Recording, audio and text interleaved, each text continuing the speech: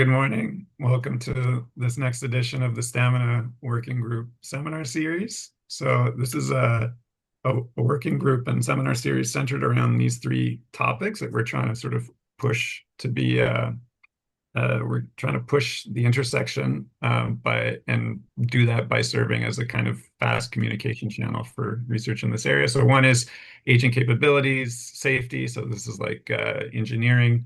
The other is social tech. So how these technologies are impacting sort of interaction technologies in the digital space. So more startup sort of culture. And then finally, the more like science background. So social science and modeling. Um, and today we have Lorenzo speaking on some persona stuff, which we'll get into. But I just wanted to point out that our next talk is June 2nd by Elias Stengel Eskin, who's a prof at UT Austin on multi-agent communication skills. He's done a lot of interesting work, so excited for his talk. But today we have Lorenzo. Welcome, Lorenzo. So Hi. hi. So Lorenzo is a freshly minted, uh, I guess more than undergrad. You finished your master's, right? Yeah, yeah. At CMU, he's been doing work on LLM agent sims and social sims, and today he'll talk to us about persona work. So let me stop sharing, um, and yeah, excited to hear your talk. Okay. So, hi everyone. Today I'm going to present our most recent work. This is um this is a work that we're looking at persona collapse specifically, right? Then we were challenging this idea about, maybe um some of the social simulation results we see are really artifacts of what large language models capabilities rather than how we design the multi-agent system. That's why I think this is a relevant talk here when we're looking at multi-agent systems and when we're looking at social simulations, we might want to also consider the limitations of persona, of how LM can present persona. So we look at how persona collapses essentially in this talk and in this paper, right? Yeah, let me get into this. So the main motivation is this, right? So we've did a few research on synthetic debates, right? We cast one agent and the other agents, and sometimes they don't debate at all. They just agree with each other, right? So in this scenario, we gave this example here, a 12-year-old used this no homo joke with friends, and then the new kids who turned out to be gay walks away very upset, right? And then we have these very two different personas. One is adult, and it's like non-binary homosexual, and then the other one is heterosexual male and Christian and so on and so forth, right? We gave the persona to Quint 32B, which is like a very recent and capable model, and asked them to do a judge this model scenario, right? Both of them say three. Actually, it was just not these two, right? We ran across like the most liberal third of our persona pool and the most conservative third of our population actually converges all into this three neutrally divided decision. Whereas a realistic person probably would. So if let's say the person is homosexual, maybe they'll be very offended by this scenario and say, okay, this is morally wrong, right? You should not make no homo jokes, even if there is no even if you don't know that a kid is gay, right? So every paper. So this is my concern here that most of the paper of LM-based social simulation rests on this assumption that if you give a model a rich persona, you'll get the rich individual. But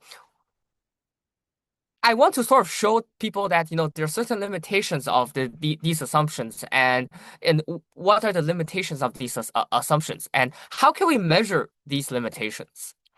So main three findings I want to hold on to is that the model looks best at following persona instruction actually might produce the most homogeneous population. The most geometrically diverse population might have nothing to do with humans, and a lot of failure modes are very hard to see and to diagnose without using some specific metrics. Yeah, we call this So why do we care, right? This is specifically a seminar on social simulation, right? So we have a few works like generative agents, we have synthetic survey respondent, both from Park, and then I think Professor Serena Chang also have her own line of work looking at that. LM simulate patients for policies. For I think I remember that paper was for COVID policy and multi-agent reasoning debate system like the one we did before. These all rest on this assumption that if you have a fancy rich persona, then you'll have a faithful individuals useful individual simulation that it gives you useful results, right? But the current work measures shallow fidelity. A lot of work, a lot of evaluations are especially looking at, can I have a good Harry Potter? That's the traditional way of role playing, which I've been doing for at ACL 2024, which is I have Harry Potter, and then this is Harry Potter's MBTI. Can the model be a good Harry Potter by following the MBTI? But while that is trivially important, right? The deployment actually need a combinatorial fidelity across over 20 or more um, fields, right? Attributes. So one open question is, does the model honor all attributes or it does silently discard the most? Our talk's claim is essentially that LLM systematically truncates a few stereotypical attributes, and this results sort of a structural homogenization that we call persona collapse. So I've been talking about this word for a long time. Like, what exactly is persona collapse, right? So our working definition is as follows. Agent assigned to distinct profile converges into a narrow behavior mode, right? These failure surfaces at a population level, not per agent per se. That is when we look at individual responses, they might look diverse, but when we look into a higher angle, when we see the whole population's response, there are certain preferences of these responses on a distributional level. And yeah. So here's an example, right? So there's a paper called Digital Twin, and we took that data set as well. On the left is how when we plotted the human response on a personality scale, it looks like this. It's very scattered and it's very randomly distributed across the whole space. Now we look at the Queen332b responses with the same role and same profile, and we can see that clearly they clustered into different labels, right? We can see that low openness and low extroversion are put together, and high neuroticism and high conscientiousness is put together, right? We can see this very clear distribution in our initial experience, right? This got us wonder, right? Can we use this idea of behavioral trait matrix? That is, we have n personas and d columns. Each column is a behavior instrument, and then we can do some geometric evaluations over the geometric space to figure out if we can look at how diverse a persona, a certain LLM is good at role playing a certain population. So how do we quantify this observation? So we go along three diagnostic axes, which is one, coverage, two, uniformity, and three, complexity. So this figure is the conceptual heart of our framework, essentially that, three different ways of simulated population can fail, and each captured with different geometric diagnostics. So if you look at the upper corner, right, this is coverage. The blue points are the human population. They fill the space relatively broadly. The red points are models simulate the population. Notice that the red point piles up in a few region and completely miss the others. So coverage asks a very simple question that of all the behavior archetype that exists in human, what fraction of the model does the model at least touch once? A model can produce a lot of different personas, but still have a very low coverage if they are all clustering in the same model region. This is the failure mode where the model oversamples average people and never produces the tail of human variation. So this is uniformity. right? It's saying that this is the most subtle, and so I have to take longer to explain. So the blue cloud in the center is a human population that looks like, spatially random with natural clumping and natural gaps. The Hopkins statistic for this kind of distribution is about 0.5, which is ideal. So if you look at the left, right, that's when h is 0.0, which means the points spaced is too evenly, almost like a grid. This pushes Hopkins to 0. Human actually doesn't distribute them on lattice, so this is suspiciously too uniform and basically a over-engineered population and a very biased representation of human population. And the right is just degenerate. The population degenerated to a few tight isolated clusters with empty space between them. Hopkins goes to 1. This is the most collapsed LM population actually look like. The key is that spreading out isn't the right target. Human-like spread has a specific statistical signature, and you can fail by being either too regular or too clumpy.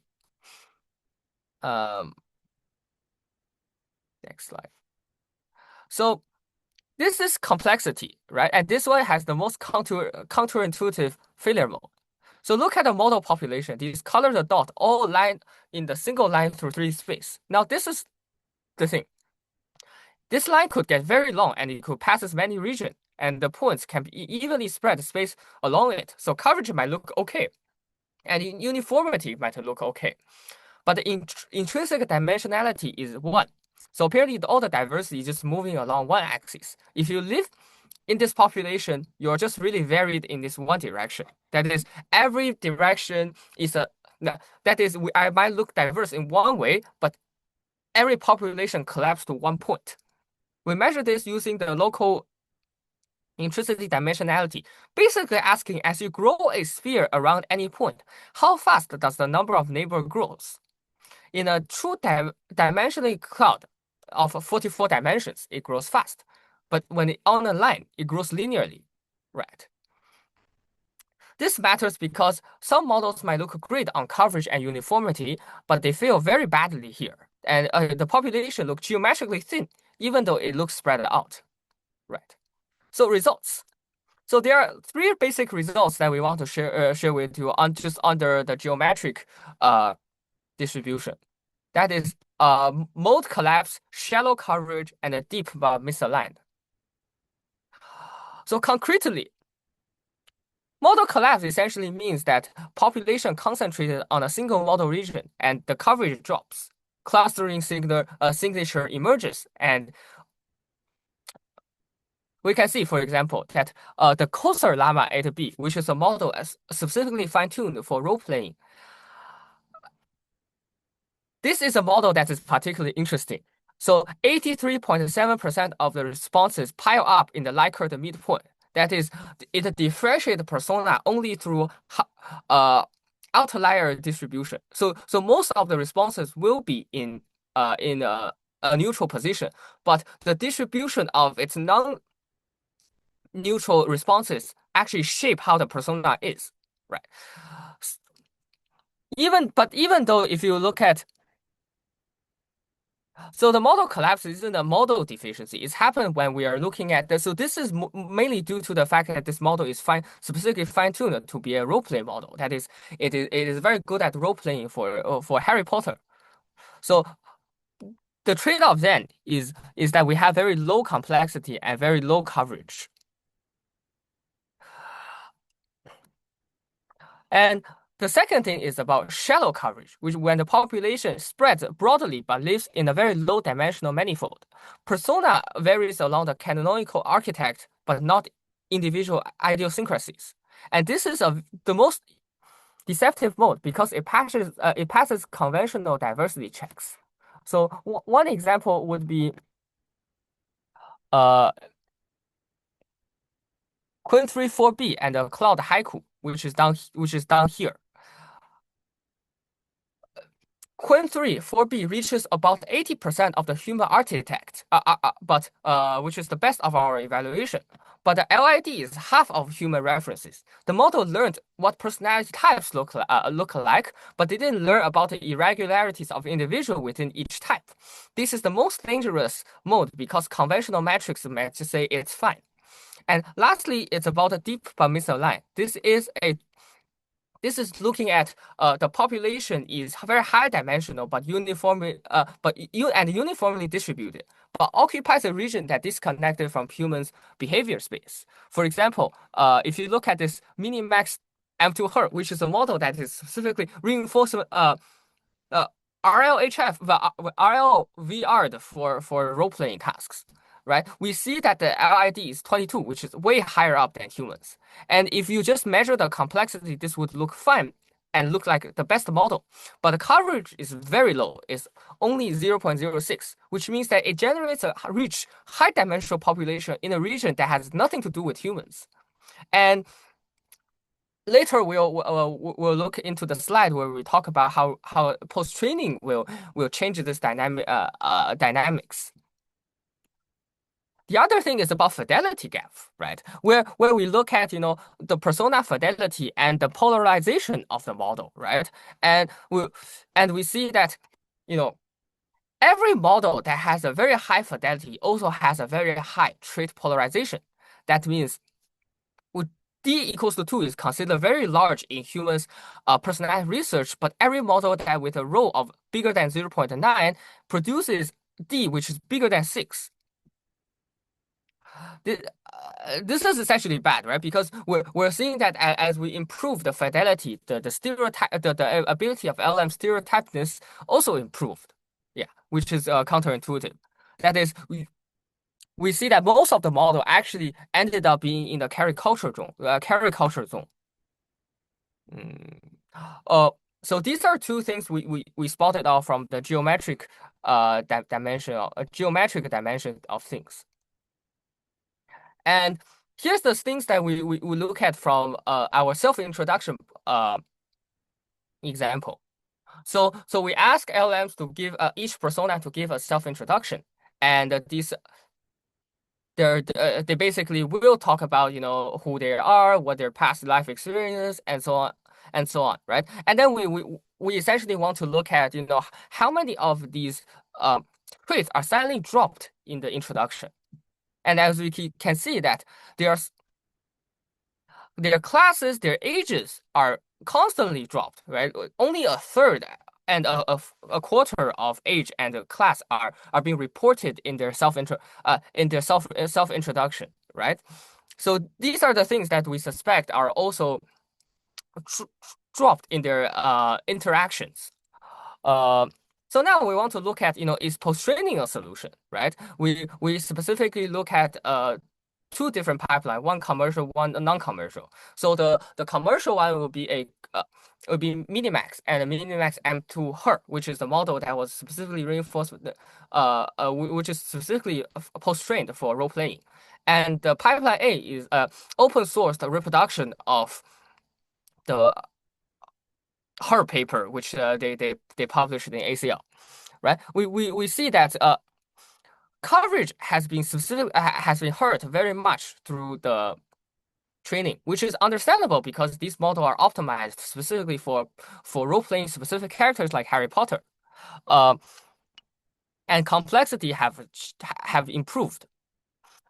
However, the uniformity also have declined, right? So post-training is not necessarily a solution, a silver bullet for treating persona collapse, right? So what are the key takeaways for our presentation today?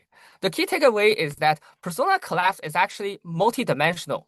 So even if I pass one dimension, for example, I pass complexity or uniformity, right? I might not pass coverage. That is, my model can only present well a certain population. The other thing is high fidelity is very dangerous. It's structurally coupled with caricature and stereotyping. That is, my model might be very well at presenting a particular human, but they might make the trait very polarized. And the other thing is collapse is domain contingent. That is, we have different modes of collapse during different tasks. Truncation Truncation follows a universal hierarchy here that erases socioeconomic diversity. That is, we do not look at class, we do not look at age, and sometimes we do not look at politics. It's mainly just country and gender. And lastly, we look at we did a systematic evaluation of how RL and how post-training have improved some axes while devastating the others. And alignment changes the manifold of how persona is presented. And implications. So for social simulation researchers, that your diverse population might not be diverse, and there might be some audit that needs to be done before we actually want to do social simulation. For alignment researcher, that RLHF, RLVR, SFT, they are not behaviorally neutral. They reshape the persona's manifold. And for benchmark designers, per agent fidelity is insufficient. We need a lot of different metrics to evaluate how persona collapses, enable to make better simulation engines for social simulations. Limitations of our work, right? The truncation method was using regular expression capture. So this means that these are conservative lower bounds. There are no moral references for moral reasoning and free text, and a lot of the experiment has been done on the digital twin, which is solely focused on how personality traits are presented. So these are a lot of these moral reasoning comparisons are model to model comparisons only, and future research would be like extending these to open-ended dialogue beyond the Likert. That is, we will have an LLM as judge to judge the behavior and to figure out if there you know these still exist in other ways of evaluation, and how we can look at training objective that rewards within group behavior variance rather than prototype matching. And thank you for listening to my talk today. And here are some my collaborators, and the code is open sourced on this GitHub repo. Thank you so much. Thank you, Lorenzo. That was very efficiently presented. It was quite clear, but you touched on a lot of sort of deep, interesting questions. So I'm looking forward to actually having a nice discussion period now, because typically we just get to this sort of towards the end and questions get cut. So Hmm. people can start forming their questions now, but maybe I can just start with one high level question. So I guess the idea is that like you have some demographic space and you have these like trait scores that for which we have some empirical data for humans on in this demographic space. And so these Hmm. things are like data clouds, and you want to try to capture with these aggregate metrics, sort of geometric properties of that cloud. That would be one sort of perspective to take. That's kind of how you started with these three: coverage and complexity and Yeah, uniformity. basically we started with the debate task, right? We look at how the Okay. debate collapses because a lot of these agents are not really debating, and then we turned out to look to find out this paper called Digital Twin, which is a paper from the business department in NYU, which they compared 1,144 participants, and they basically plot their responses of BFI uh, into an open source data set. And then we're like, here's the human ground truth, and then let's prompt the LLM to do the same thing, and let's compare the distribution. That's where sort of the geometric thing actually emerges, right? Right. Then we But I think, guess my yeah. question is about sort of the sufficiency of the like the statistical sufficiency in the sense of like, if it's a Gaussian blob, then it's sufficient to calculate to analyze the covariance matrix or something. But Hmm. in these like presumably pretty weird shaped distributions, um, you're going to need this whole set of aggregate metrics to sort of cover the the shape. And you came up Hmm. with three, but I'm wondering how do you like do you did you come up with these three sort of sequentially with the idea that, with like you were trying to explain various aspects and these seemed sufficient based on your analysis? Or Mhm. do you think they're somehow complete for certain settings? Like if people So measured these three things, that would be a good sort of summary statistic set for. So I think these are just three ways that we came up with, and I Mhm, don't think that these are complete or anything like that. mhm, But I think these three are helpful ways that we can. So I mhm, think initially complexity wasn't even something that we were considering about, right? mhm, We look at coverage, which is essentially that, can our population cover the whole human population, right? mhm, And then we look at, and then we think about the clustering issue, right? That is even if I covered the whole population, right? My clustering might be different, right? mhm, So so so so it's a growth. It's about, when you look at the problem and you see what is unsolved, and you come up with new tools. And then we ended up having these three metrics so that it covers through whatever the weird behavior that we see in agent simulated population and human population, right? mhm, That is, we can see that some of the models are collapsed in this one particular failure mode, which is that it's not covering enough. That's mhm, a very common pitfall. So I'm a role play. I'm a persona researcher, right? I look at how LLM perform, if they're look similar to human or not, right? And then my interest, our interest was originally how to make a good Harry Potter, essentially. And this is a natural thing that came up, right? If I can only role play a good Harry Potter, then my coverage must be very bad for social simulation. mhm, That hence we have observed that, two of the role play specific models are really bad. They might be very good at, complexity or uniformity, but they're very bad at coverage, mhm, right? And then we look into the graph that we plotted for digital twins, right? You look at the human response, you look at the Quint32b response, right? mhm, And we see that they're very clustered, right? And then ideally, an ideal population should be very spread out evenly in the space, as we observed here mhm, in the digital twin data set, right? And then we think that there needs a way to to oh, wait, how we quantify uniformity, right? That is, and we see that in some of the models, right, actually, uh, there are certain space that's over-engineered. That is, all the human space has been evenly spread out in the same blob, in the same square, right? So it's like evenly distributed along the space, right? Which is bad. That's mhm, one thing. That's one thing we cared about. And the last thing we cared about is actually this, right? Uh, my model might be able to role play a certain population, a quite a diverse set of population, but each population might be just a blob, a very stereotypical blob.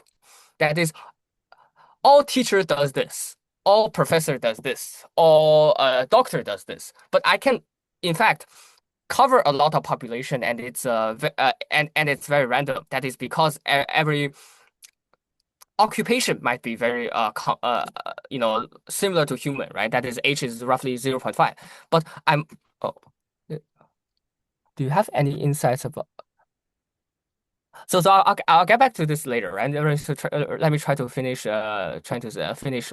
So that's hence why we come up with complexity. That is, an ideal persona should be like a sphere, not like a single line, right? That's how we came up with these three things. So this wasn't really from derived from one mathematical background, where we just thought that, these are the three things that we want to address, and there might be mathematical tools we can borrow from the other places, so that we can better measure these kind of failure mode to help better social simulation and persona fidelity. And so just to finish that, so I think I get a sense for coverage and complexity. The uniformity, you mentioned this Hopkins Yeah. statistic. That Yes. so is that like I mean, this is maybe too technical, but I guess this is just some established statistic for. Yeah, so they ended up, so my co-authors, my senior co-authors, right, ended up to have to dig through like physics paper to look at, how Okay. they look at particles and Right. distribution. So Okay. so this is. Which is funny also, the guy who proposed this Hopkins statistic is a postdoc at JHU, so maybe Okay. that's also why we used Hopkins statistics. Okay. Okay. So so so I'll take a look. yeah. But maybe Mail, you could address Mail's question, or Mail, I don't know if I'm pronouncing that right. If you want to come up and ask, that's also fine. But you can go ahead and answer it. Okay, okay. I think this is an interesting question because I was working with Mona, right? And Mona is a big fan of looking at cultural understanding and cultural LLMs and stuff like that, right? I think uh, I'm thinking of the data. So the insight to get better role play, to get better role play, there are a few things that people have been doing, right? So if you look at Nemotron persona team, right, which they're looking they have a team that works on sovereign LLMs, which specifically looks at how we can go through the population. So I remember once in scientific report there's like a census data for U.S. citizen and voting positions, right? I think that's something we want to if we want more. So it depends what you mean by role play, right? If you want a better population level simulation, right? Then we want to ground our training data set on these data set that really presents the real world population or the specific regional population that you want to model. I think that's something that I think is very important. And so I'll give pointers to these two data sets. I'm not sure two or three, but it's Nemotron Persona Korea and Nemotron Persona US. I think they did a very good job in looking at how to generate a persona that are matched to specific demographic traits and demographic variations. So so this is one answer I can give to you. The other answer is that we also want to move beyond. Since we're looking at social simulation, we're looking at realism. We want to move beyond the idea that I want a good Harry Potter or I want a good individual agent that is you know, sometimes I would say that a lot of these role player research have been overfitted specifically to some particular person, some stereotypical person, and that is, it will tell us that, of course, it will tell us that it end up being like something that you feel like is real, but in reality, when we look at their distribution, right? Distributional level, right? We see that it's a very degenerated. And that's hence one of the motivation that why we want to propose this metric so that people can look and say, okay, I am not creating a model that's generating a degenerate persona. Another interesting observation which I will give is that our results actually sort of shows how the understanding of persona is fixed at the pre-train level, and somehow reinforcement learning, how somehow post-training, no matter it's RL, SFT, or some combination of this, doesn't really change how persona is understand. It just changes how it is presented. Hence the change in our evaluation metric, and that's something we want to think about if we want to do social simulation. That is, should we start pre-training a model that's specifically for social simulation that is different from a real LM? Like a real LM that is used in production, right? Because most LMs are not really trained for social simulation, and thus there are certain biases and representation errors embedded in the pre-training data. And since the newer generation large language models has been synthesizing the pre-training data, maybe there are potentials about how we should pre-train a model that has the correct understanding of persona so that we can get more reliable uh, understanding of a more reliable simulation, essentially. Yeah, that would be my answers. Do you have anything you want to follow up? Thank you very much. I had another thought when you were talking about the stereotypes. So for example, if you have one model that has 20 traits, Mm-hmm. what about except instead of giving all the 20 traits to one LLM, Mm-hmm. you could give just one trait to one LLM each time. Mm-hmm. So it would act just like as a 20-year-old or like as a gay person or I don't know, and Mm-hmm. then try to make a vote on the question. So you ask the same question to all the LLMs so that they each give you an answer based on their one trait, so like that Hmm. you don't truncate the some traits, for example. I like that idea actually. That gives me a very age like traditional vibe. I have a very close friend who works on like traditional social simulation. They do look they he well, she actually look at how to do bot detection and how to do this on the network level, right? Where the agents are like, you know, a where the agents are like basically vectors, right? But I think one limitation here is that by doing this vote, right? On the one hand, is that we loses the reason the reasoning trace of the LMs. That is, we're not giving votes, right? What we're interested is a lot of times in social simulations that what are the thinking process of the agents. And then we have definitely lost that during this way, right? And then the other things we're interested in is the interactions between traits and traits, right? Some traits and the other traits they have a weakly aligned interactions that if we do this kind of voting, we will also drop, right? So sometimes the LM have some humans as well have some internal trade-off. I might be I might be liberal, but my liberal is different.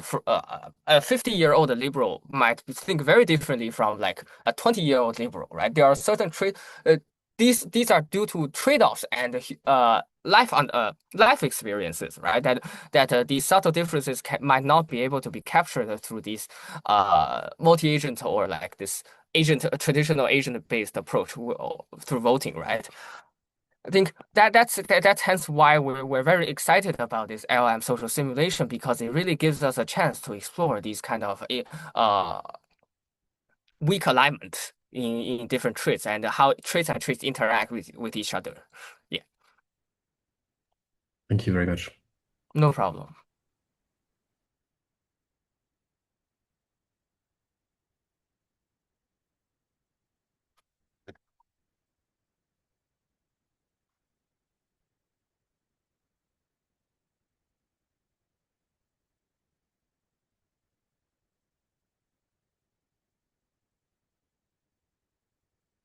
Oh,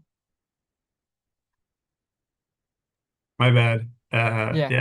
If anyone has questions, you can post your name in the chat or post the question in the chat, and you can come up and ask. Um, in the meantime, I had a question kind of related to this trait correlation uh, Mm-hmm. topic. So you mentioned at some point, somewhat aside, that this in the introduction Mm-hmm. sort of modification experiments, Mm-hmm. where you were looking at what traits were sort of dropped. Yeah. Um, and you mentioned that typically there's few that are dropped, and um, I guess I was wondering, how does like if you knew what the principles were for why traits are being dropped, and if you did know that and you could sort of direct it, it seems like this would be like a powerful method. Like what's going on, I guess, with how.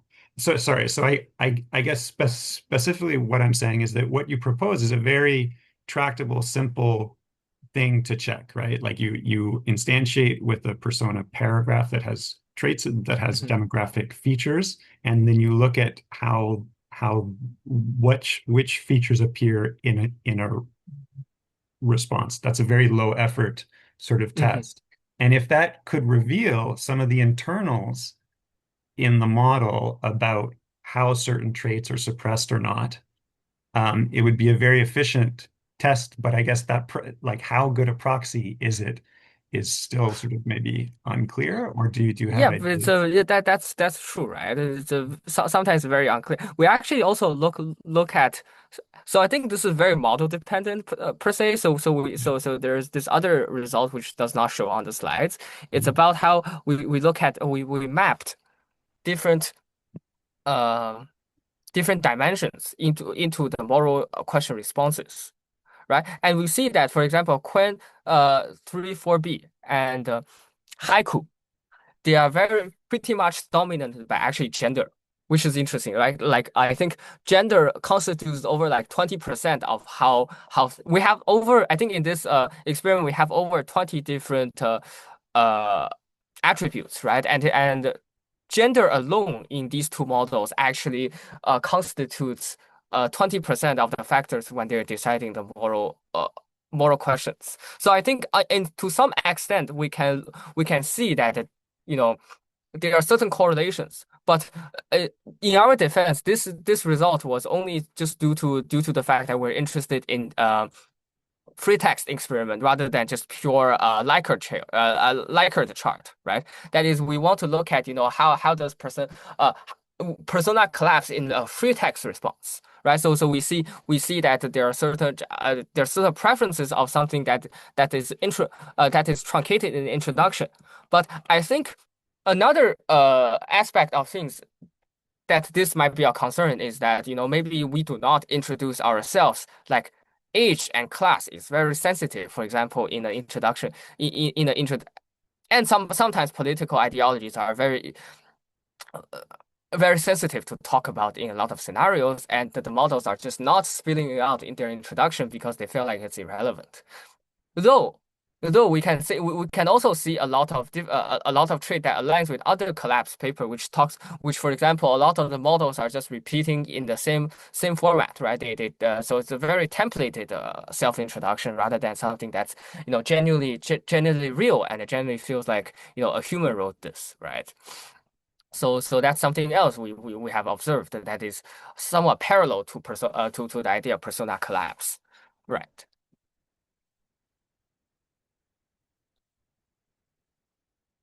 Um,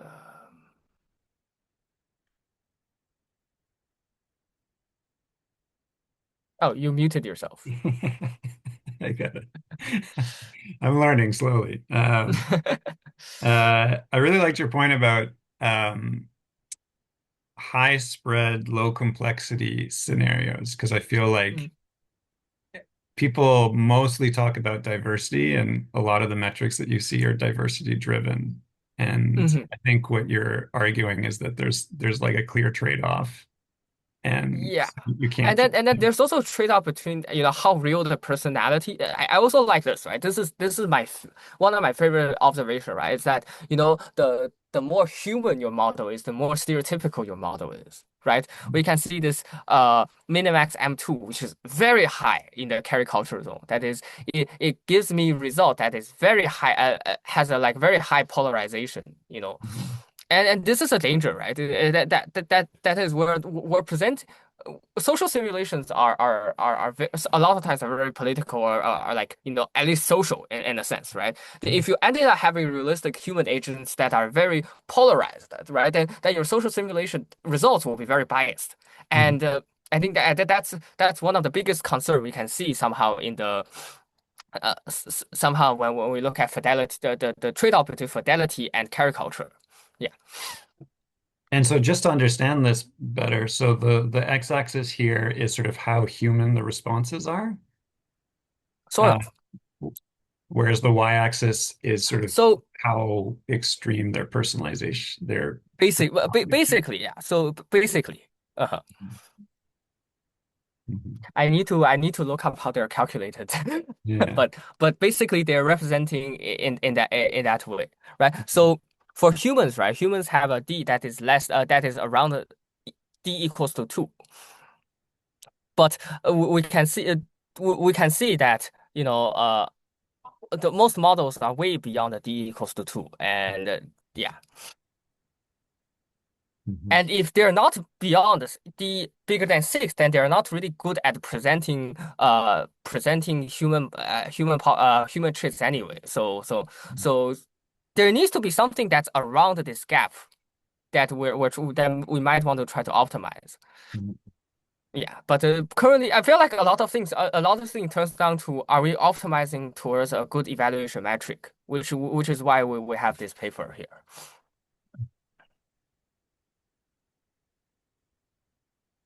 Great. Well, this has been super interesting. Hmm. If there's no further questions, I guess we can thank Lorenzo again. Thank you for your time. I'm very happy to share this the interesting research today here.